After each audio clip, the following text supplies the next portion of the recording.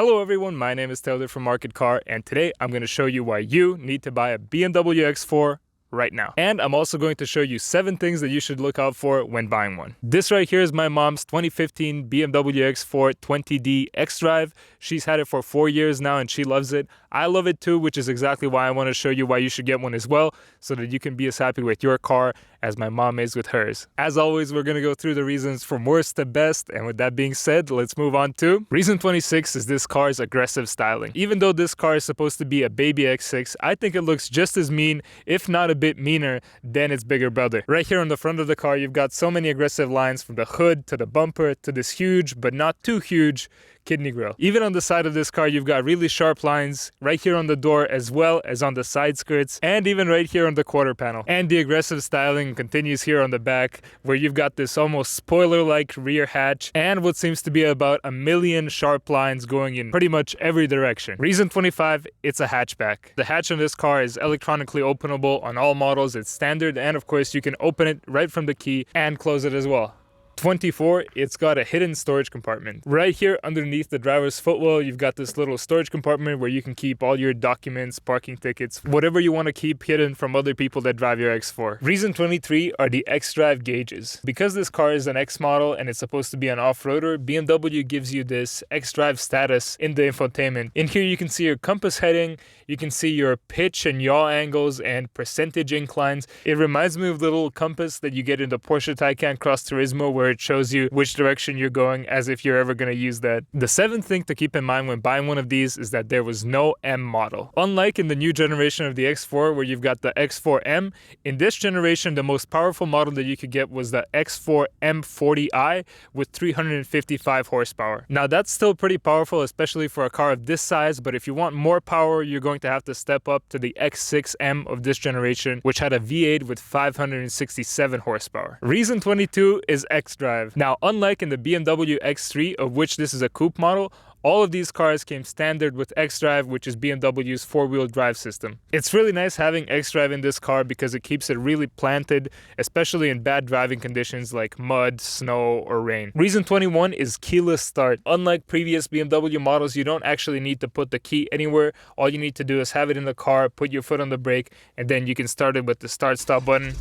That's really handy because if you need to cool down or heat up your car, you can start it, let the AC run, go outside and lock it, and then wait until it reaches your desired temperature. Before we continue with the video, I just want to give a quick shout out to the channel sponsor, and that's you. Thanks for getting this channel to 2,000 subscribers. It really means a lot to me, and thank you so much for liking and watching the videos as well. I've set a goal to reach 5,000 subscribers by the end of the year, so if you want to help me, you know what to do. Thank you so much, and let's get back to the video. Reason 20, it's got okay power. Now right here we've got the lowest power model diesel that they make, which is the 20D model with 188 horsepower. And while that may seem a bit low at first, you have to keep in mind that this car makes around 295 pound-feet of torque, which is actually more than the base model Porsche Macan, which only makes 273 pound-feet of torque. Reason 19 is the 8-speed transmission. The automatics in this car get an 8-speed ZF transmission, which shifts lightning fast, and this is really useful, especially in these lower models, because with an 8-speed transmission, you're pretty much always going to be within your power band at the perfect RPM, and you also get these really nice shifting paddles on your steering wheel. The 6th thing you want to look out for when buying one of these cars is that they come manual as standard. There's pretty much no reason to get a manual in this car because the fuel economy is great even with an automatic, and like we just discussed, the 8-speed automatic in this car is amazing. So you really don't want a manual in this car, but sadly BMW made the automatic transmission an option. Try to look for an automatic one if you can. Reason 18 is the amazing fuel economy of this car. In combined highway and city driving, this car uses anywhere from 5.5 to 6 liters per 100 kilometers, or around 40 miles per gallon.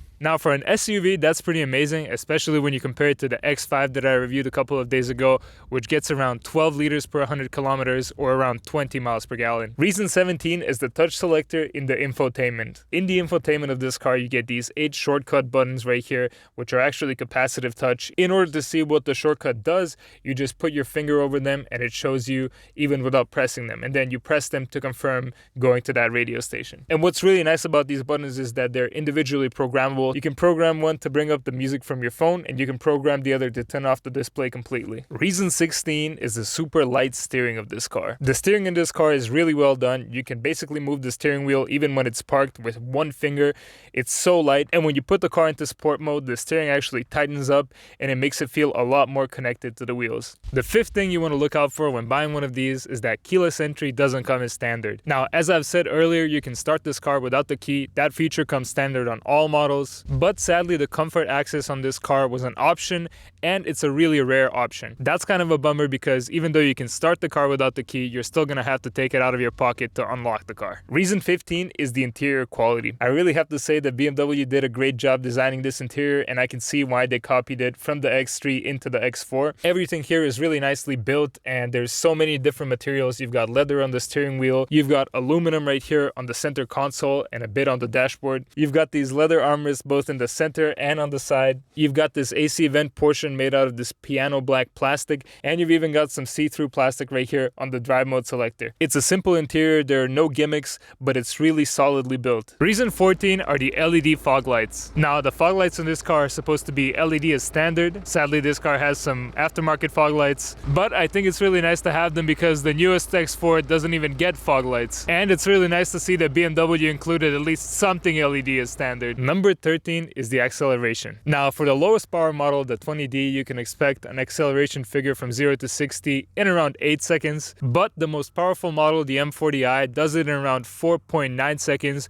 which is really impressive when you take into account that it's not an actual M car. And of course, with the rest of the model range, it's going to be somewhere in between around 6 to 7 seconds. Number 4 thing to keep in mind when buying one of these is that the interior can get really noisy. The thing with this car is, to start off, it's not very aerodynamic, and then when you add to that the fact that it has a sunroof, it gets even more wind noise. And then to top it all off, we talked about how it's a hatchback. Well, the fact that it's a hatchback, it means that there is just more wind noise going to come in from that hatch area. The result of all this is that it's really hard to keep a conversation, especially when you're going highway speeds or even higher. I think it seriously might be one of the biggest drawbacks of this car. Reason 12 are the color choices on this car. This right here has to be my favorite color of this car. It's called Melbourne Red, and if I had to choose a different color, I'd definitely get this car in deep sea blue. Reason 11 is the M package and M parts. Even though BMW didn't make a real M version of this car, they still gave you the option to get the M package just like this car has. The M package in this car included more aggressive front and rear bumpers. You could also optionally get this really cool black grille instead of a chrome one, and you can specify this shadow line trim right here around the edges of the windows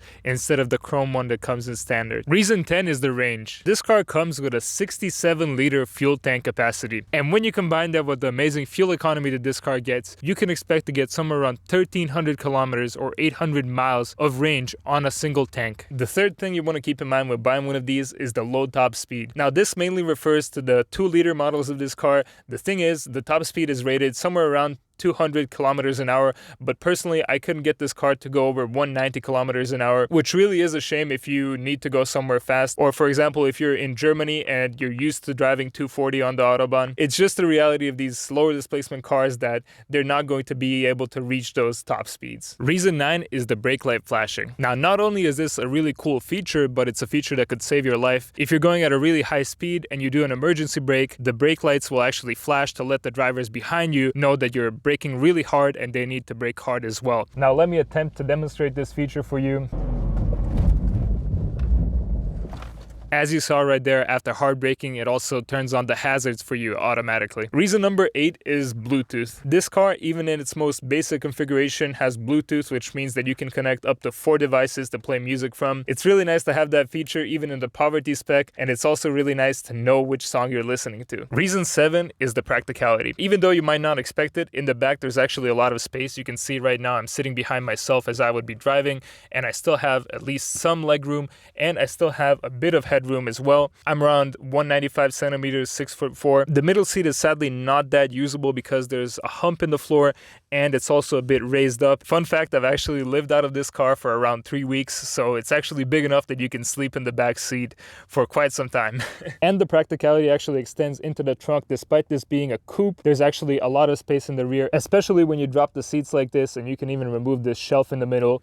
there's a lot of space in the back. The number 2 thing to keep in mind when buying one of these is that there were no full LED taillights. The taillights on this car are not bad at all. They're LED, which I really like, but they're not full LED. You can get full LED headlights in the front, but unlike in the new X4 or the facelift 4 series, this car doesn't get full LED taillights, which means that stuff like the turn signal bulb and the fog lights are still halogen, which is a bit disappointing. Reason 6 is this brushed aluminum trim that's everywhere around the car. Now, this is going to differ from car to car because, of course, you can get wood trim as well, but I really like the aluminum trim in this car. It really makes the interior look modern, and it really fits this car nicely. And the really nice thing is that the aluminum trim in this car is brushed, which means that all the lines go in the same direction horizontally, which I find really nice and interesting. Reason number 5, it's big, but not too big. It's 4.7 meters long, but just a bit shorter than the X5's 4.9 meters. And it's actually 1 inch taller and longer than the X3 on which it's based on. And it's really light. It only weighs 1.7 tons, which compared to the X5, which weighs around 2.2 tons, seems like basically nothing. Reason 4 is the equipment and options. If you get one with a lot of options, this car can truly be a joy to drive. First of all, my favorite thing is that you can get adaptive LED headlights on this car, which sadly this car doesn't have. And you can get all sorts of driving aids like the adaptive cruise control, lane keep assist, and even a surround camera. And even in the interior, you can get an upgraded infotainment screen, a heads-up display, and even a full LCD gauge cluster. The number 1 thing you want to look out for when buying one of these is that the base seats can be a bit uncomfortable. This car has the base seats which have the cloth in the middle and then some leather around the sides, and the padding on these seats is really not adequate. On long road trips, it can be a bit uncomfortable to sit in them for a long period of time. I'd recommend getting the full leather seats anyway. Reason 3 are the LED mirror turn signals. Sadly, even though BMW couldn't give us the full LED taillights, at least they gave us LED side turn signals, which I really like on this car. On camera, they're probably a bit harder to see, but they really look great and they're really nicely integrated into this side mirror instead of being somewhere on the panel of the car. Reason 2 is the exhaust. On the upper trims of this car, you can get a dual side exhaust, or if you've modded it like this, you can get quad tailpipes in the back. And even for a 2-liter diesel, I think it sounds pretty good. Take a listen.